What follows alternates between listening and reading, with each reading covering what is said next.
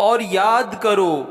جب ہم نے موسیٰ کو کتاب عطا کی اور حق و باطل میں فرق کرنا تاکہ تم ہدایت پا جاؤ۔ اور یاد کرو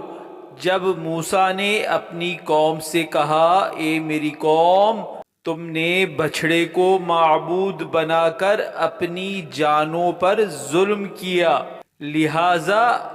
اب اپنے پیدا کرنے والے کی بارگاہ میں توبہ کرو، یوں کہ تم اپنے لوگوں کو قتل کرو، یہ تمہارے پیدا کرنے والے کے نزدیک تمہارے لیے بہتر ہے، تو اس نے تمہاری توبہ قبول کی، بے شک وہی بہت توبہ قبول کرنے والا مہربان ہے۔